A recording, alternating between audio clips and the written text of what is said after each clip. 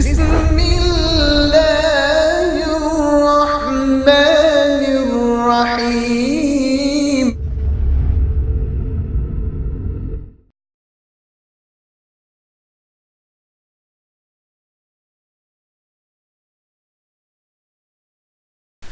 Assalamu alaikum wa rahmatullahi wa barakatuh. Welcome again to the series of talk on the history of Masjid Al-Aqsa. I would like to start today with a poem written by a brother called Wahab. To tell the depth of my feelings, I don't know where to start. Deeds will be insufficient, words no use. I assure you, my Al-Aqsa, my love you'll never lose. Shed not a tear, I shall not forsake thee. Nay, do not doubt me, I love you only. Al-Aqsa, remember my heart would never stray. To protect your celestial purity, to the Almighty I pray. They separate us from one another, but fear not, we will unite through Allah's power. I cannot send to you love's beautiful dove. Give me time, dear Al-Aqsa, to prove my love. For us to unite, the day dawns near. Await my arrival, Al-Aqsa, my loved one. SubhanAllah, this is devotion and affection for Masjid Al-Aqsa, and it shows that the Ummah is still alive in understanding the greatness of Masjid Al-Aqsa. I think the question arises as at what stage does Al-Aqsa become important in the history of Islam and Muslims? And there is an amazing hadith in Sahih Bukhari on the authority of Abu Dhar Ghaffari radiallahu anhu, who reports that he asked the Prophet sallallahu alaihi wasallam, O Prophet of Allah, which masjid was built first on earth? The Prophet sallallahu alaihi wasallam replied, the sacred masjid of Makkah. Abu Dhar again asked, which was built next, O Prophet of Allah?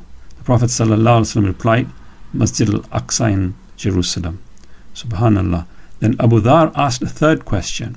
How long was the period between the building of the two masajids? The Prophet ﷺ replied, 40 years. This is an amazing hadith.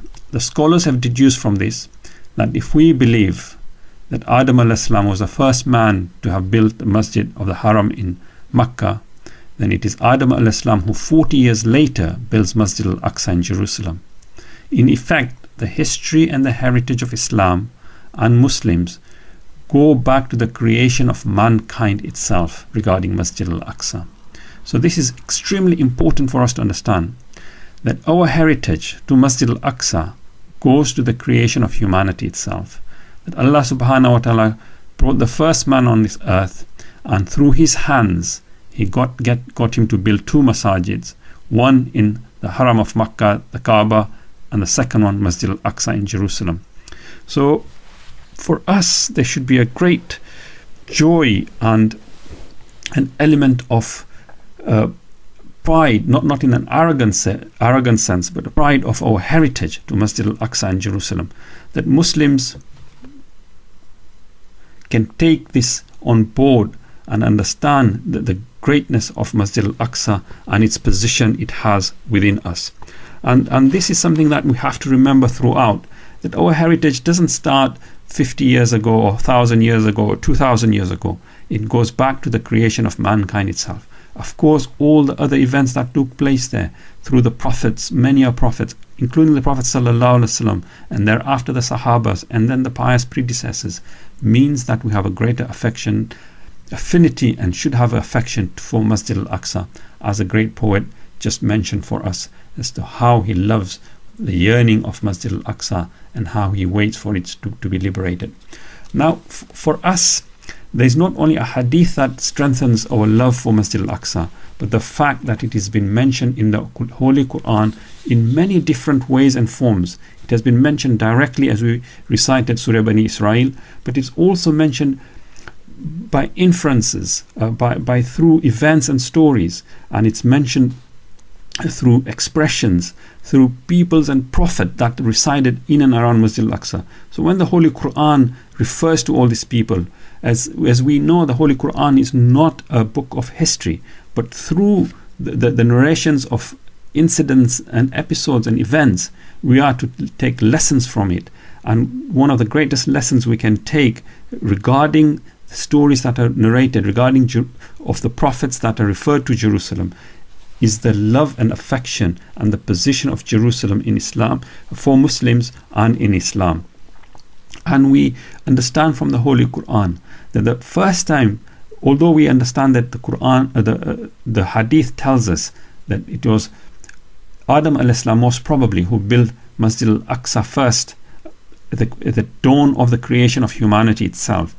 But we understand from the Holy Quran that the first time Allah subhanahu wa ta'ala mentions the region of Al-Aqsa, or the region of Al-Quds, as blessed, was regarding the story of Prophet Ibrahim al-Islam. Because when the story of Prophet Ibrahim al-Islam is narrated in Surah Al-Anbiya, Allah subhanahu wa ta'ala directly informs us that Allah subhanahu wa ta'ala directed Ibrahim al-Islam and his nephew Lut to the land which he has blessed. So we understand that the blessing is been mentioned by Allah subhanahu wa ta'ala from the time of Ibrahim al-Islam. Allah knows best as to whether he had blessed it from the time of he created the earth, of at the time Adam al-Islam built the masjid, or was it the time of Ibrahim al-Islam.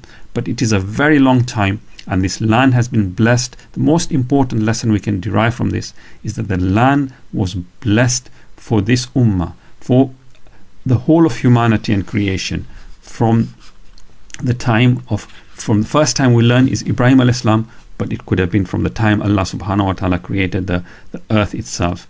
And there is a narration regarding Hazrat Ali radiallahu anhu, that he was in Iraq at one stage while he was a Khalif, and somebody asked him to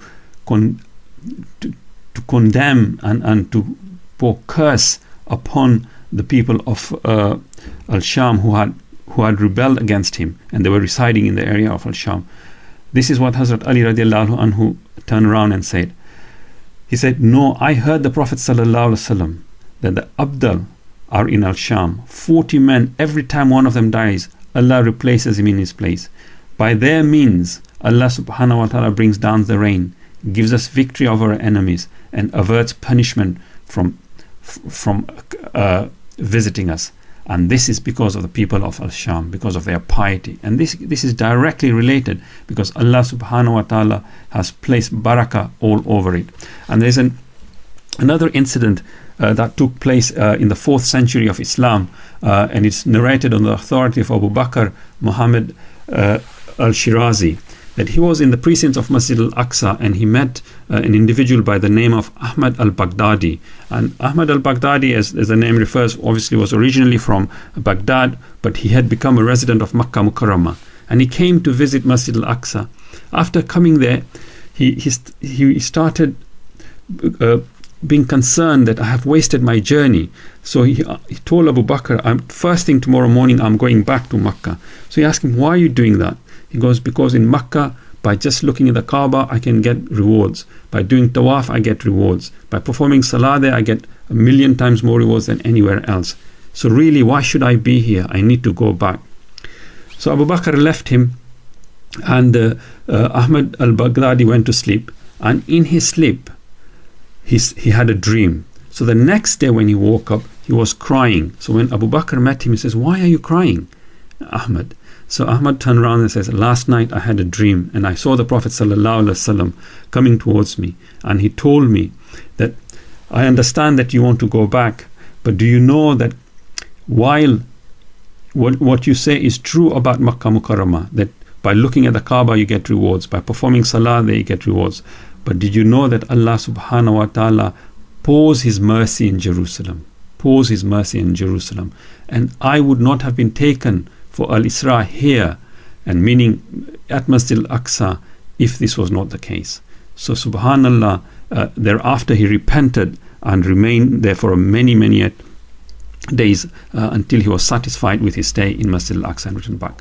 So of course the position and maqam in Makkah Mukarramah is the highest in Islam, and Medina Munawwara thereafter. But that doesn't mean that we should undermine or neglect the importance of Masjid Al-Aqsa.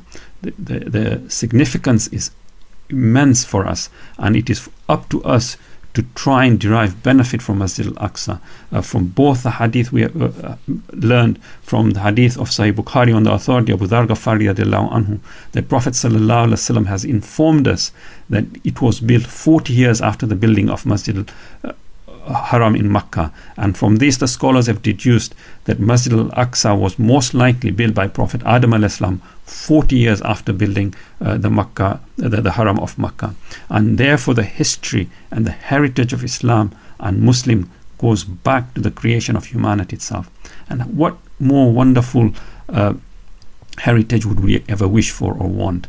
That here was Allah subhanahu wa ta'ala endowing for this ummah, gifting it this ummah, that the two masajid should be built by the first man on this planet Earth. And then he instructs us through the Holy Quran that he has poured his blessings upon this land of Masjid Al-Aqsa, the surrounding area of Al-Quds, and it is for us to derive benefit from it. And we also learn that in history there were scholars who thought, or there was one scholar in particular who thought, Al-Baghdadi, who thought that his staying in Masjid Al-Aqsa was not as beneficial for him as he would have stayed in Makkah. But in there again, he is corrected in that thinking. While we respect and understand that the highest position of any symbol of Islam is the Kaaba in Makkah Mukarramah, but that should not be at the expense of the other two, the Haram of Medina Munawwara and Masjid Al-Aqsa in Jerusalem. And of course, the importance of Masjid Al-Aqsa, or its criticalness of Masjid Al-Aqsa, is the fact that it is under occupation, and therefore it is important for us to understand, to build that love of Masjid Al-Aqsa and try and do whatever we can in our power as Muslims to show the appreciation that Allah has bestowed upon us, so that we are grateful for the blessing that Allah has given us. And Allah subhanahu wa ta'ala, as I mentioned to you, has in many places, I have counted over 80 places in the Holy Quran where there is an indirect reference to Masjid Al-Aqsa in the Quran. And that is an amazing number of times that when stories are narrated, when events are talked about, when places are referred to, it means those are directly referred to Masjid Al-Aqsa. And in particular regarding the blessedness of land and the Holy Land, the places of direction, through symbolism, through seasonal expression, through prophets and people, through events, all these are indirect references to Masjid Al-Aqsa in Jerusalem have been made in the Holy Quran for this ummah to derive benefit for. And therefore it's imperative for us, all of us, to learn as much as we can about Masjid Al-Aqsa and to bring in the love of Masjid Al-Aqsa in our heart, because it is central to our history, it is central to our heritage. And if we do not appreciate our history and heritage, then it is very unlikely we will be respected today for what we are, and it will definitely mean that the future generation will have lost everything what they stood on. They will have no directions. Without the past there is no present, and without the present there is no future, as they say. And this is something that we have to become very, very aware of, and become central towards understanding that only we can revive that love. Only we who have that heritage and history can bring that concern of Masjid Al-Aqsa to this ummah. The masjid that was built 40 years after the building of the Kaaba, it was built most likely by the first person on this planet Earth, Prophet Adam al-Islam, and this has been built for this ummah so that we can derive that benefit. What we need to be aware of, that the love and the blessing of Masjid Al-Aqsa has its own position, its own status, and it has to be respected. We should not compare and contrast with any other places by saying this is greater, that is less. What we should say, that this is a blessing that Allah has given us, and then we should respect that as much as we respect the other blessed places, and in particular the two harams, the haram of Makkah Mukarramah and the Haram of Medina Munawwara. And it is our responsibility, particularly in this day and age, in the 21st century, when the plight of Masjid Al-Aqsa has become so loud and so concerning that it is painful to see that Muslims are not even globally are not awakening to what is happening to Jerusalem, and particularly what is happening to Masjid Al-Aqsa. And I repeat again once more time that it's our heritage. Until and unless we try and champion our heritage, we try and champion our history, the present Muslim plight will not be answered, and the future looks very, very dim. And to remind ourselves about the poet who told us that he sheds not a tear. I shall not forsake thee. Nah, do not doubt me, I love you only. Al-Aqsa, remember my heart would never stray. To protect your celestial purity, to the Almighty I pray. And in this holy month of Ramadan, I think the least we can do is pray for Masjid Al-Aqsa and try and understand the importance of Masjid Al-Aqsa in our heart. Jazakallah khair. Assalamu alaikum wa rahmatullahi wa barakatuh.